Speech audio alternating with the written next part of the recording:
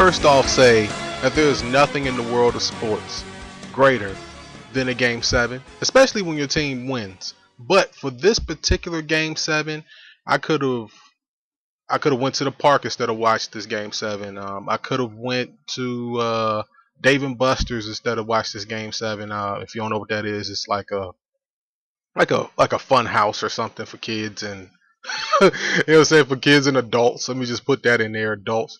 Man, I could have went to the movies instead of watched this Game 7. I mean, the whole point I'm trying to make here is that the Clippers quit in Game 6, basically, for the most part. And, you know, it's real depressing to sit here and watch this game, watch this team just get blown off the court, man. I mean, it was done.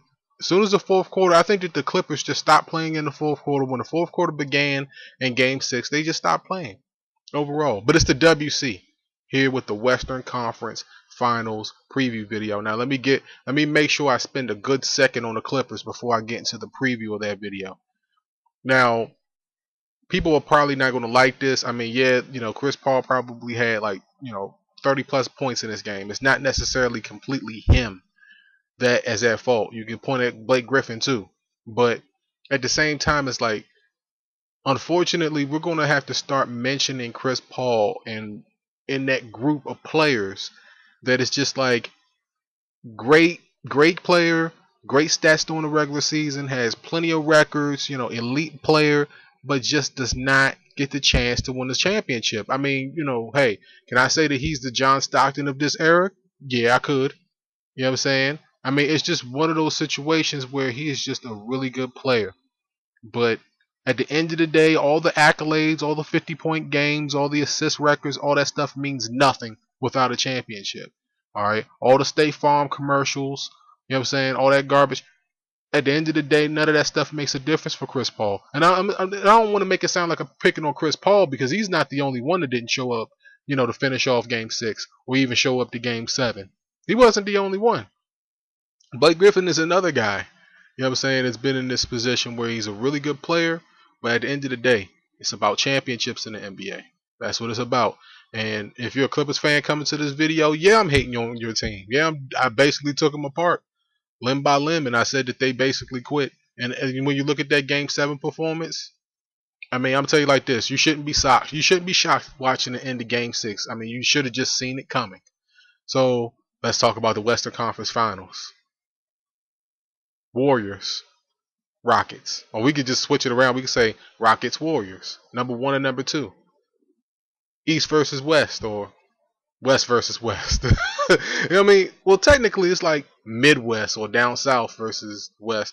But the stars in this series, should I say anything else about the stars in this series? Steph Curry, James Harden. And I apologize for taking about 3, maybe 4 minutes to get to this. But, you know, the stars in this series, you know, it's right there on the paper for you to see. I mean, both of these guys MVP candidates.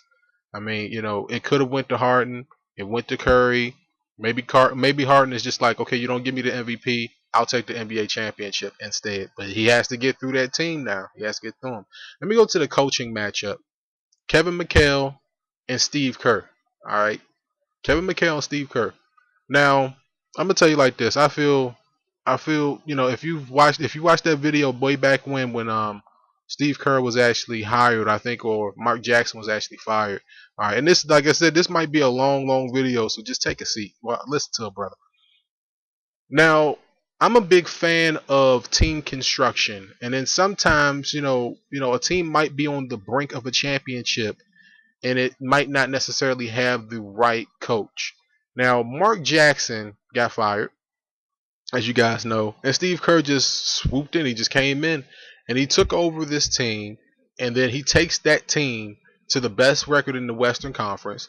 And then at the same time, I'm just sitting over here like thinking back in the annals of history. Has this happened before? A great example of this would be, you know, Tony Dungy getting fired with that Buccaneers defense back in what was it, 98, 99. One of the best defenses in the league, but they just could not get to that championship. They couldn't get over the championship hump. And then all of a sudden, John Gruden comes up in there, and he just takes them to the Super Bowl. He wins that Super Bowl with basically Tony Dungy's team. And I'm not saying, but I'm just saying that this is still Mark Jackson's team, and Steve Kerr is taking. He's probably going to take them to the finals. He's probably going to win it. All right, that's no offense to Kevin McHale. I think that from an X and O standpoint, from a motivation standpoint, Kevin McHale in his coaching matchup, from that point of view, has to get the check mark. I mean, he has the experience, he has the pedigree. You know what I'm saying? Steve Kerr, not so much, but as a player, yes. But in this matchup, this coaching matchup, I have to give it to Kevin McHale because of the fact that he has a stronger pedigree. Steve Kerr is a first-year head coach. How many first-year head coaches have won the NBA championship? You can list it down below because I don't know. Now, let's get to other parts of this series, man. I already told you about Harden. I already told you about Curry. Those are the most important players in the series. I think that the series basically is going to be won on those guys' performances. If those guys don't show up one game or the other, man, they better hope that those benches come from out of nowhere. All right. The X factor in this series. All right. I just mentioned it. It's the benches for both of these teams. Look at how deep Houston is. I mean, Corey Brewer, Jason Terry, who's now a starter. Pat Beverly got hurt, so now he's a starter.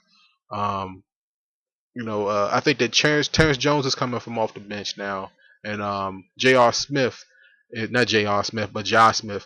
It begins with the J, so I just ran with it. Josh Smith is now in the starting lineup, and I think that the big X factor in this series is, how well Dwight Howard actually plays, because either way of how you paint it, the Warriors don't have a dominant inside presence. If you throw, I'm gonna tell you like this, all you Warriors fans to come watch this video, if you throw Draymond Green at me as a down low force, I'll throw him back because I don't believe that he can match up well with Dwight Howard. I'm not buying it. You can list him as a power forward. You can say he's a power forward. He's not a power forward. He's a shooting guard / small forward. That's what he is. That can occasionally rebound. All right, that's what he is. So, when it comes to the bench play, I mean, both of these teams have solid benches. When you look at the Golden State Warriors with Barbosa and Iguodala coming off the bench, David Lee could come from out of nowhere and have a 20-point game. Spates, who I think might play in this series, I don't know if he will or not. I mean, both of these teams have solid benches that could take over the game, and you don't necessarily have to depend on Harden for a victory or anything like that. Or you don't have to really depend on Curry for a victory. I mean, both of these teams have very, very strong benches. I think that whoever wins the bench battle wins this series. I think that this series is super, super close. Whoever wins this series should be by a hair. I don't think it's going to be, one of those situations where one team might get smoked completely in this series. I mean, Houston might get ran out of Oracle, but I'm just saying it is what it is from that standpoint.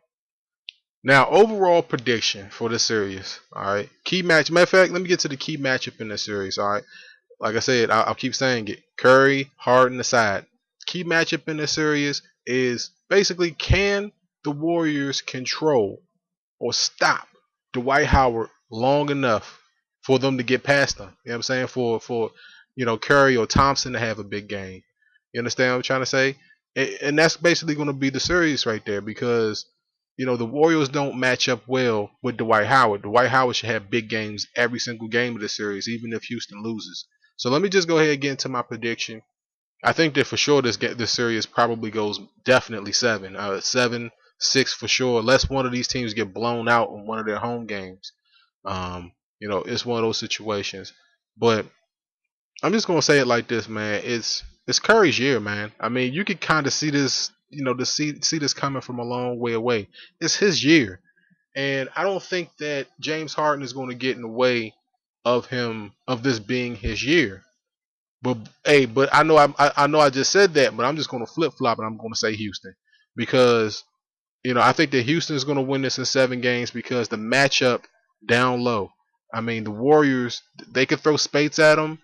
They could throw, Lee at him, maybe even Draymond Green if you guys feel as though he can match up. Bogut, but at the same, it's just they have a huge advantage down low. I mean, you could just see, you can see it from a mile away. All right, so let me know how you guys feel about this matchup. It's a WC. Eastern Conference Finals video will be down in the description, and make sure that you guys stay tuned for the NBA Draft Lottery review. All right, coming up soon, later on this week. So until next time, folks, peace out. I'll see you guys next video, NBA Finals.